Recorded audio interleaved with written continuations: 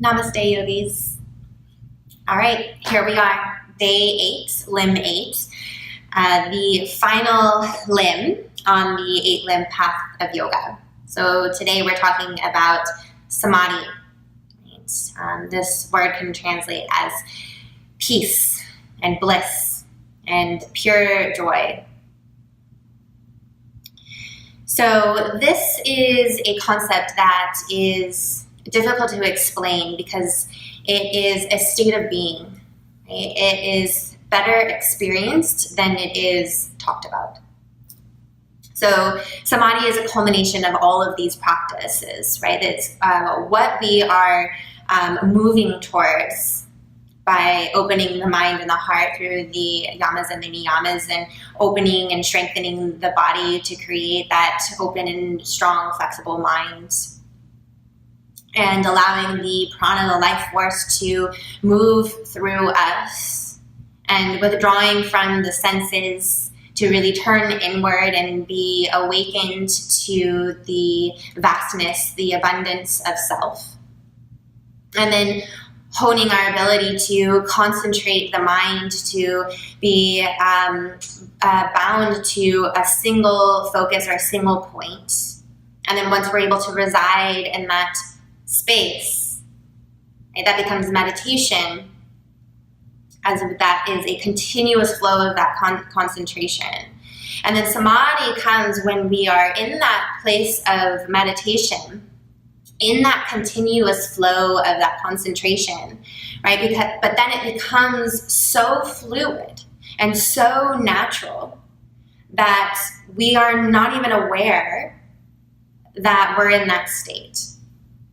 The moment that we become aware of being in Samadhi, we lose it. We're out of it. Right? It is flow. It is completely fluid and organic, and it's in those moments when we lose ourselves, when you're doing something that you are just so passionate about that the time just flies by because you were in that continuous state and continuous flow. But while you were in that flow, you weren't thinking to yourself like, oh, this is it, I'm in the flow, like I'm experiencing this pure joy, this pure bliss. It just happens, it just is. You can't be aware of it because you are it, right? So it is an effortless state. It does not take effort to be in Samadhi, to be Samadhi. So in Dharana, we are efforting to concentrate. In Dhyana, meditation, it's effortless to concentrate, but we're still aware that we're in meditation. And then Samadhi is we're fully in that flow. It's effortless to concentrate. It's effortless to be in that state, but we're also not aware that we're in that state because we are it, right? We just fully become that state. We become Samadhi. So yeah, in Samadhi, it's only the object or the self. It's just the self being meditated upon. Right? And we don't have to be sitting in meditation to experience Samadhi, although that is one way to experience it, and definitely the way to open ourselves up to that state. But we get to experience Samadhi in all different parts of our life, right? And it just, again, is about being in that flow where we don't even realize how fluid it is because of how fluid it is. If that makes sense. So Samadhi, again, is something that we can experience it, but the moment that we acknowledge that we're in that state, we're automatically pulled out of Samadhi. So the object is to get to a place where we are so awakened and so enlightened that is all that is ever. And the the mind. We never lose that binding to the self. We never lose that binding to the flow. Right?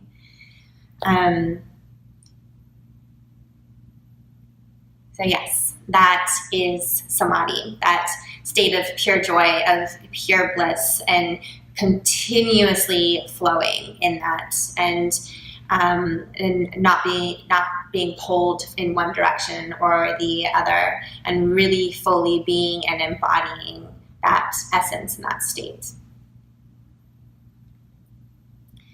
So in order to practice Samadhi, limb 8, we will just continuously return ourselves to this 8-limb path of yoga.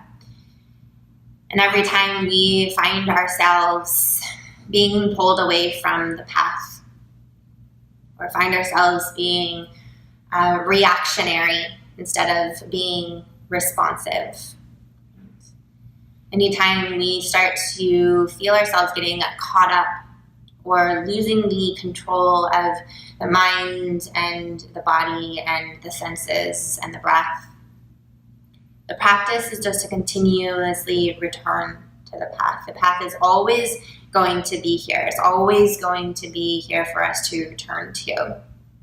Right? We are the only ones who stray. And this is our core. This is our center. This is our work. Until we get to experience this state of yoga. We start to feel that union, body, mind, and heart. And knowing that the three are actually never separate from one another, but it's our perception of them that causes us to even need to unify them. Right? They are one. And that is the true state, that is the natural state, and the one that we are hoping to be awakened and enlightened of and to. So I hope that you have enjoyed this walk, this short walk through the 8-limb yoga path. And I just want to emphasize that, again, this is deep work. And we've gone over it in 8 days, and we have just barely brushed the surface of these topics and these practices. But they can only be spoken about to a certain extent. They have to be lived, they have to be practiced, and they have to be experienced for us to truly know, them. So be easy, be kind, be loving, and stay true to self. And know that anytime you find yourself wandering from the path, it'll always, always be here to welcome you back. Thank you so much, yogis. Namaste.